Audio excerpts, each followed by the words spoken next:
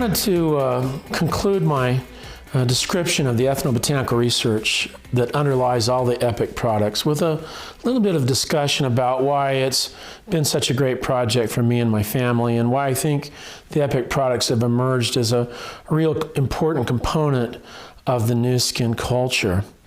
When I came to Nu Skin, as I mentioned in our introduction, this was after having interviewed with several other very large cosmetic or personal care companies who wanted me to develop product lines.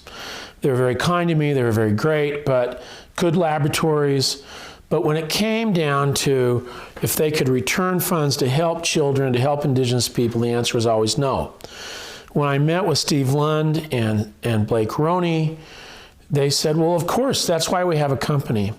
In fact, Blake Roney said that the Force for Good is only 5% of what we do, but it's 95% of who we are. And I'm so proud of these projects and the way that it's helping indigenous people, children. Little children get surgery, they get they get schools, medical clinics, water supplies.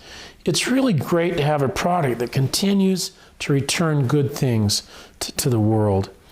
Secondly, the products, as far as I'm aware, are the very first full-fledged product line based on ethnobotany.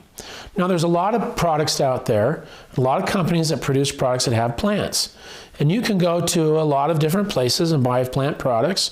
They're interesting. I'm afraid I made myself a little bit of a nuisance one time because I went into a shop that sells body products and asked if I could have a hair balm that has bananas in it. I bought it, took it down to the healer in Samoa. Pela Lilo, I gave it to her, and she opened it up and she smelled it and she said, "This smells like bananas." And I said, that's right, it has bananas in it. And she said, well, what do you do with this? I said, well, we rub it in our hair. And she started laughing. And I mean, this was a 93-year-old woman. She started laughing and laughing.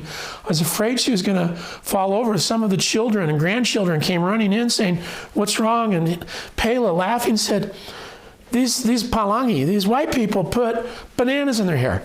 And they started laughing, and everybody's laughing. And for the next day or two, as I'd walk by, people would see me and start giggling, because there is not a single indigenous culture in the world that gets up in the morning and rubs bananas in their hair. Many parts of the world, if you do that, you're going to get your head bit by a monkey. I mean, there's no reason to put bananas in. So I went back to the same shop that had sold me the product, and I said, I'm interested, why do you put bananas in this product? And they said, it's a plant. I said, yes, I'm a PhD botanist. I can certify bananas are indeed plants, Musicuminata. And then they said, would you please leave?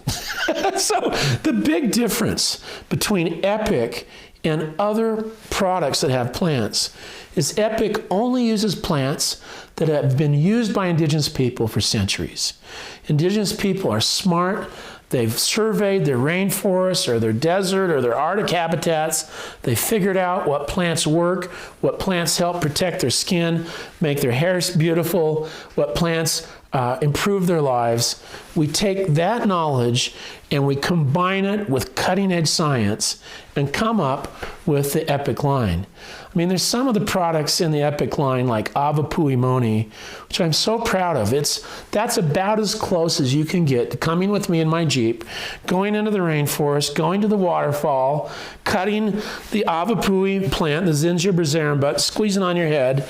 I mean, we have to have a product that when you open it up in Sapporo or in Oslo, Norway, or Bucharest, Romania, or Tucson, Arizona, it's as fresh as the day we made it. And so we've added a few things to that package, but it's very, very close.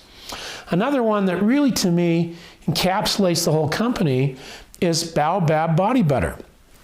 Here's a product encapsulated and formulated from plants used by people in Africa. So we're providing them trade and economy. It's a wonderful product for skin moisturization. Every time a jar sells, a tree is planted in Africa. I mean, there's been enough jars sell now that there's a veritable forest that's been planted in Malawi. And the designers put up in the tree a little heart that indicates that we work for a company that has a heart. You know, Nu Skin is a company that makes dreams happen.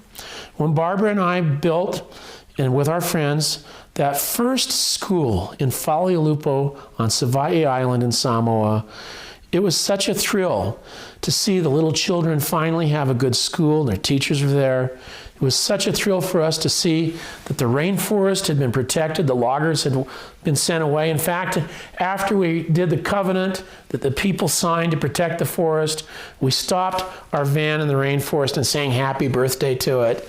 That really fulfilled our life, and Barbara saw that very quickly in a way I don't even think I perceived. And yet, because of Nu Skin, we've been able to build over 300 schools and hospitals and medical clinics and water supplies and hydroelectric power plants for people in the remote parts of Borneo. It's really gone around the globe. And to think that as a company, Nu Skin is devoted to helping children live happy, productive lives, I mean, it's really enough to fulfill one's life. I'm very fond of the French philosopher Albert Camus. He wrote a lovely essay that I recommend to you called The Myth of Sisyphus. Sisyphus is the guy in Greek mythology that rolls a rock up to the top of the mountain in the afternoon, and then by the morning it's rolled back down. He has to keep rolling it up. Sometimes, you know, it gets to be, the world seems overwhelming. There's so many problems. And yet, here we are as a little company based in Provo, Utah, and we roll that rock up. And I love what Camus says. He says, and I'll translate this from French, he says, "The struggle to the heights is enough to fill a man's soul." We must imagine Sisyphus is happy. To me, to be involved with the wonderful distributors, to have such respect for our founders and their incredible scientists at Nu Skin, to be involved in using my skills as an ethnobotanist to produce products that my family and I love, it just doesn't get much better than that. So please allow me to end this little bit on ethnobotany, this little instruction that's come from my home, by saying thank you. Thank you so much. I'm so grateful for what you've done to sell these products, what you've done to get behind the Force for Good. If people ask you what do you do for a living, sure, you can tell them you're working with probably the most brilliant company and personal care marketers in the world, but you could have another answer. People say, what do you do for a living? You could say, well, I build schools for poor indigenous children around the world. I heal children's diseases. I protect rainforests. I protect coral reefs. I'm doing my best to make the world a better place, because I assure you that's what you're doing. Thank you so much for having me part of this wonderful company and making my dreams come true.